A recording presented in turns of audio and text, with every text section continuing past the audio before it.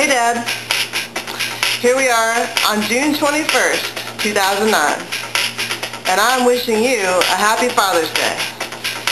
Instead of getting a card, I thought I'd take a little stroll down memory lane with a few reasons that I think that you're the best dad in the world. I could have gotten you one of those little cups that said #1 Dad, but I decided to go high tech, and I even wrapped a little bit for you. Dad. Oh, where's my nose? I can't find my nose. Oh, wait. There it is. One of my favorite tricks from you, Dad. Probably one of the corniest dads on earth. But somehow I think you revel in that, and I guess I might be a little corny myself.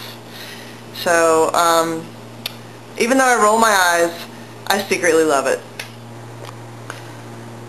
See, my childhood memories are not the only thing that makes you a good dad. Also, you've always been a great dad to me whenever I needed you as an adult. For example, this light fixture that you put up just this year. You can see your handiwork. Whoa, it looks so professional.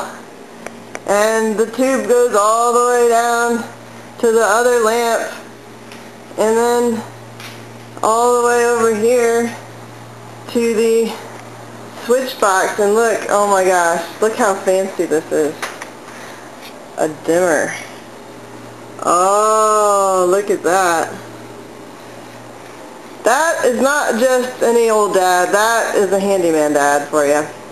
Well, you can also see that I do a lot of work here at the desk, so that helps out a lot. So, thanks, Dad. Hi, Dad.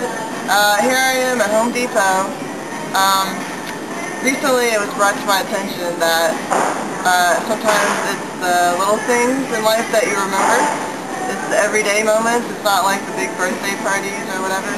But this is one of the everyday moments that I always remember about my childhood and you, is following you to the hardware store. So here I am in the lumber aisle. I remember the lumber most prominently. I'm not sure why.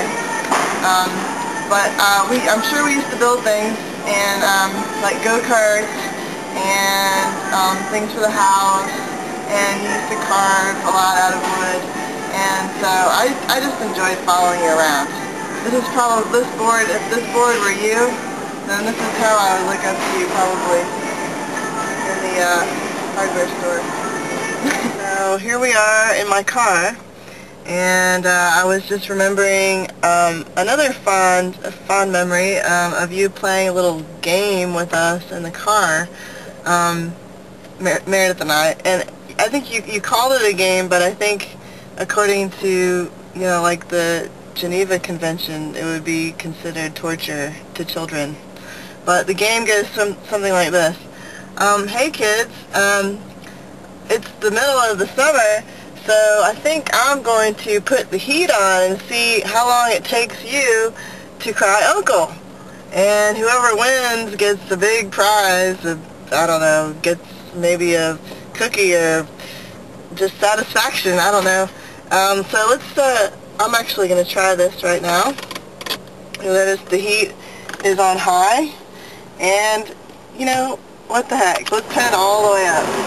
And let me mention that it is in fact 94 degrees.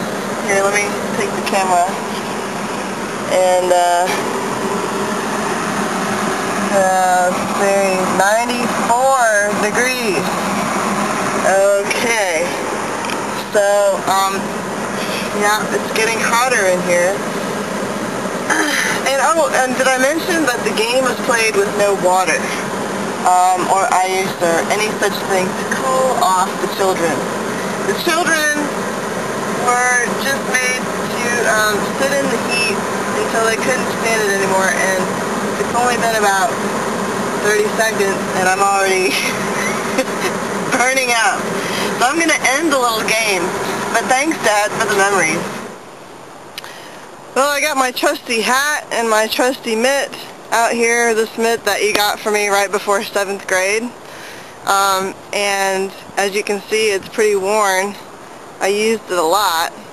I remember when we bought this mitt, it was dark brown and we had to break it in a lot, and so you showed me how to do that with the oil, and then we put it in the oven for a little bit, and then I slept on it for a few nights, and now it's really nice. I don't think you could, this mitt, I don't think you could really break it in like that unless you used it for how long? 30 years or so.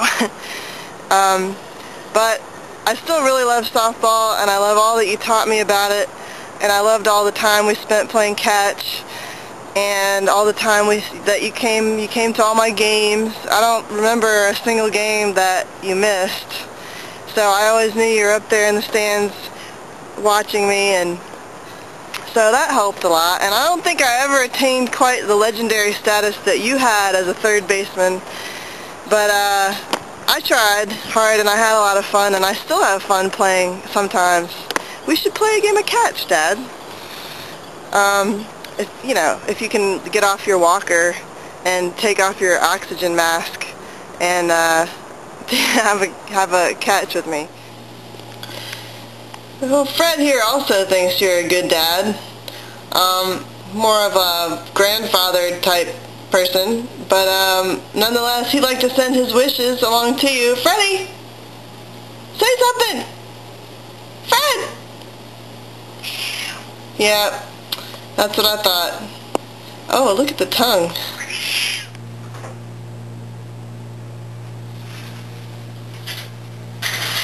Hi, Dad.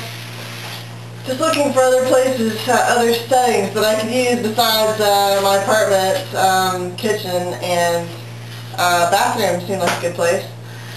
I hope you liked the video, and I can't wait to see you. And just remember, these are only a few of the reasons why I love you. Happy Father's Day.